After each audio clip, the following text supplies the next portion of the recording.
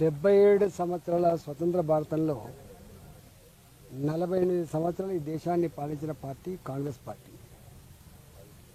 వాళ్ళు అధికారంలో ఉన్ననాడు ఏనాడు బీసీల లేదా ఓబీసీల జనాభా గణన లెక్కలు తీయలే.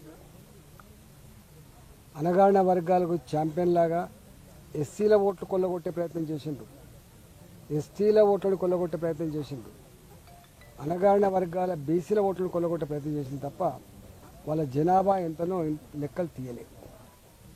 కేంద్రంలో మంత్రివర్గ కూర్పులో కూడా ఏనాడు ఈ ఓబీసీల మంత్రిత్వ శాఖకి ఉండాలనేటువంటి సొలుకులు లేదు. అధికారంలో ఉన్ననాడు చెయ్యని పార్టీ ప్రతిపక్షంలో ఉన్నప్పుడు మాత్రం బీసీల జనాభా లెక్కలు తీయాలి, బీసీలకు ప్రాధాన్యత ఇవ్వాలనేటువంటి ఒక నినాదాన్ని ఎత్తుకొని ప్రజల్ని కన్ఫ్యూజ్ చేసే ప్రయత్నం చేసింది.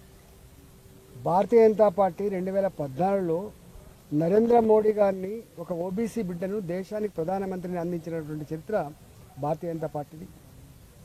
ఇవాళ భారతీయ జనతా పార్టీ కేంద్రంలో పోయిన క్యాబినెట్లో కావచ్చు, అంతకు ముందు క్యాబినెట్లో కావచ్చు, ఈ క్యాబినెట్లో కావచ్చు, దాదాపు ఉన్న మంత్రులలో 27 మంది ఓబీసీ మంత్రులను చేసి, 12 మంది ఎస్సీ మంత్రులను చేసి, 8 మంది ఎస్టీ మంత్రులను చేసి, ఇవాళ ఇతర మతాలకు కూడా 5 మందికి ప్రాధాన్యత ఇచ్చినటువంటి పార్టీ భారతీయ జనతా పార్టీ. అంటే మోర్ దెన్ 60% క్యాబినెట్లో మంత్రివర్గంలో ఇవాళ ఓబీసీలు, ఎస్సీలు, ఎస్టీలు, మైనార్టీలకు ఇచ్చినటువంటి పార్టీ, మైనార్టీలకు గౌరవించుకున్న పార్టీ భారతీయ జనతా పార్టీ. 2014లో అధికారం రాగానే ఒక అనగారిన వర్గాల దళిత బిడ్డను ఇవాళ రాష్ట్రపతిని చేసిన చరిత్ర మాది.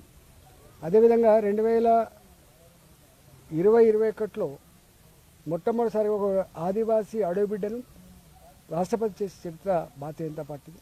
ఇవాళ ముసలి కన్నీళ్ళు కాచుతున్నటువంటి కాంగ్రెస్ పార్టీకి ఒక చెంపపెట్టులాగా స్వతంత్రం వచ్చిన తర్వాత ఇప్పటి వరకు ఓబీసీల కులగణన జరిగినటువంటి ఈ దేశంలో ఇవాళ మా ప్రభుత్వం, భారతీయ జనతా పార్టీ ప్రభుత్వం, ఇవాళ ఎన్డీఏ సర్కార్ దేశంలో ఓబీసీల కులగణన జరగాలని ఇవాళ ప్రతి 10 సంవత్సరాలకు ఒకసారి జనాభా లెక్కలు తీస్తుండ్రో ఈసారి జరిగే జనాభా లెక్కలలో ఇది తప్పకుండా తీయాలని చెప్పి నిర్ణయం తీయడం అనేది హర్షించదగ్గ విషయం.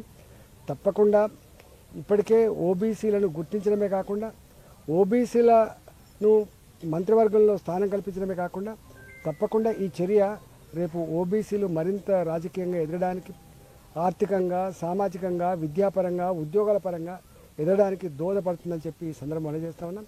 ఇవాళ కేంద్ర ప్రభుత్వం మోడీ గారి నాయకత్వం తీసుకున్న ఈ నిర్ణయాన్ని స్వాగతిస్తూ ఉన్నాం. తప్పకుండా ఈ దేశంలో ఉన్నటువంటి అనగారిన వర్గాలకు అండగా ఉండే పార్టీ మరోసారి బీజేపీ మాత్రమే అని చెప్పి ఇవాళ అర్థమైంది.